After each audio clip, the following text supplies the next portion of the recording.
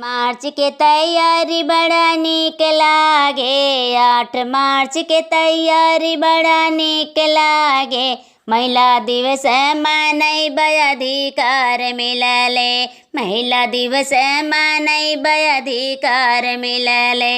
अधिकार मिलले, सम्मान मिलले, 8 मार्च के तैयारी बड़ा नीक लागे। पहला अधिकार माई बाप हमें दिहले, पहला अधिकार माई बाप हमें दिहले, माई बाप हमें दिहले, माई बाप हमें दिहले। देके कलम किताब स्कूल भेजले, दई के कलम किताब स्कूल भेजले।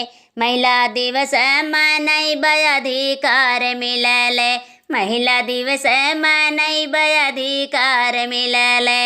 अधिकार मिलले, सम्मान मिलले, 8 मार्च के तैयारी बड़ा नीक लागे, 8 मार्च के तैयारी बड़ा नीक लागे। दूसरा अधिकार बलम मोरे दिहले, दूसरा अधिकार बलम मोरे दिहले, बलम मोरे दिहले, सजना मोरे दिहले।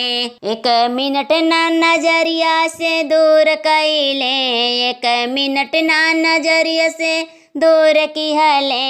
8 मार्च के तैयारी बड़ा नीक लागे, 8 मार्च के तैयारी बड़ा नीक लागे। नीक लागे हो नीक लागे, महिला दिवस मनैब अधिकार मिलले, महिला दिवस मनैब अधिकार मिलले। अधिकार मिलले हो, सम्मान मिलले, महिला दिवस मनैब अधिकार मिलले।